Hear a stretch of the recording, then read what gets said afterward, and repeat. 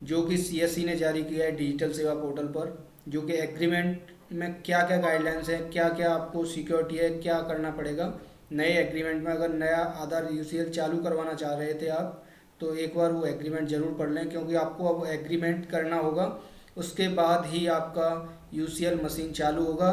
दोबारा से जो क्रेडिशनल बनेगा वो एग्रीमेंट के साथ बनेगा।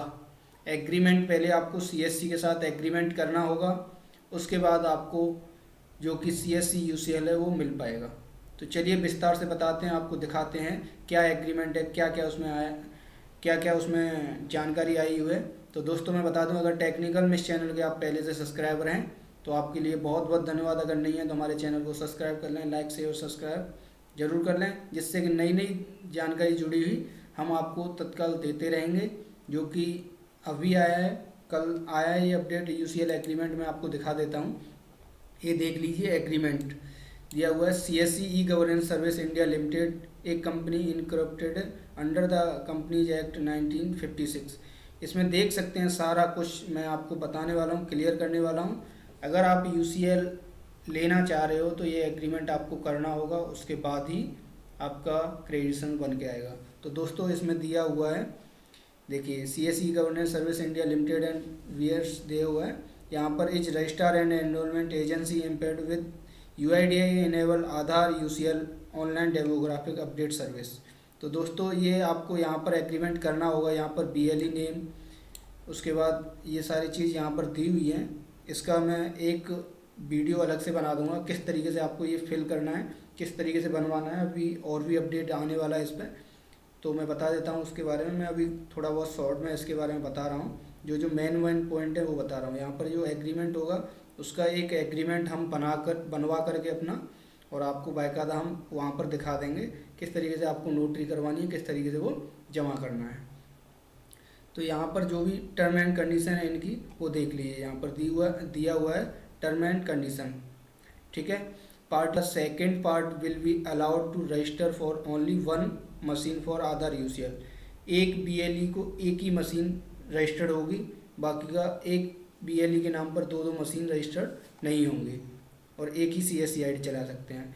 Party of the second part will maintain RS 10,000। और आपको अब ये एक झटका लगने वाला न्यूज है कि अब आपको सीएससी वॉलेट में 10,000 रुपये रखना मैंडेटरी है। वो आपके 10,000 रुपये जो यूसीएल बीएलई हैं वो वर्क जो कर रहे थे उनको 10,000 रुपये वो ब्लॉक हो जाएंगे, जिससे क्या है वो सीएससी बीएलई अगर आप पेलेंटीज नहीं जमा करते हैं, बहुत सारे लोगों ने यूसीएल चलाया, उनके पास 50-50 हज़ार, 1-1 लाख, 2-2 लाख रुपए या 10,000 5,000 रुपये उनके पास पेलेंटी आया, उन्होंने क्या किया, यूसीएल ही बंद कर दिया। वो पेलेंटी जमा नहीं की, उनकी सीएससी आईडी भी बेकार हो गई, तो वो सीएससी को वहाँ यूआईडीआई को जमा करना पड़ता है। उसको लेकर के ये एक नई गाइडलाइन जोड़ी है कि party of the second part will maintain RS 10,000 in their CSC wallet as a financial security. It will be freeze by party of first part CSC SPV during the service delivery period. जब तक आप UCL BLE के साथ CSC के साथ काम करोगे तब तक वो वॉलेट में आपके में पड़े रहेंगे, जिससे कि आपको जो उसमें पेलेंटीज आएंगी वो ऑटो डिटेक्ट हो जाएंगी, आप जमा नहीं करोगे तो।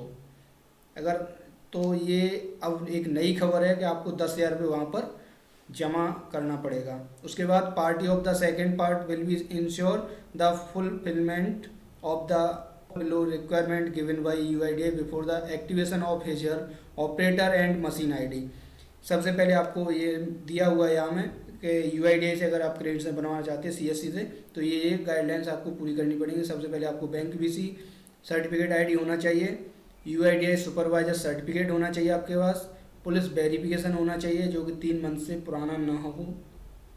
तो ये पूरे आपको टर्म एंड कंडीशन फॉलो करनी पड़ेंगी, तभी आप CSC से यूसीएल चला सकते हैं। All hardware and software should be as per UIDAI and STQC guidelines पूरी करनी पड़ेंगी।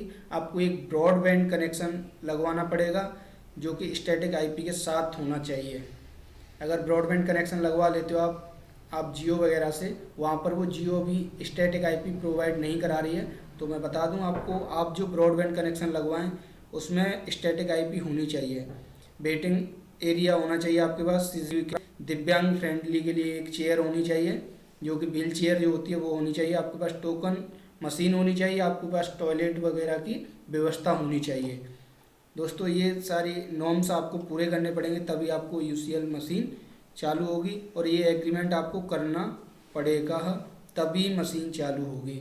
बाकी का आप मैं ये डिस्क्रिप्शन में डाल दूंगा, आप पढ़ सकते हैं वहाँ से पूरा एक एक नॉर्म्स इसके पूरे जो जो दिए हुए हैं, इसको मैं दिखा देता हूँ। इसमें पूरा सब कुछ दिया हुआ है, एक एक करके स्टेप बाय स्टेप इसमें पूरा मेंशन किया है इन्होंने, और इनका हेल्पलाइन नंबर है वो भी इन्होंने प्रोवाइड किया है। यहाँ पर payment and term and condition भी दी है इन्होंने, किस तरीके से आपको चार्ज वगैरह करने हैं, और पेलेंटीज वगैरह भी नीचे पूरा मेंशन किया हुआ है, किस पर कितना पेलेंटीज लगना है।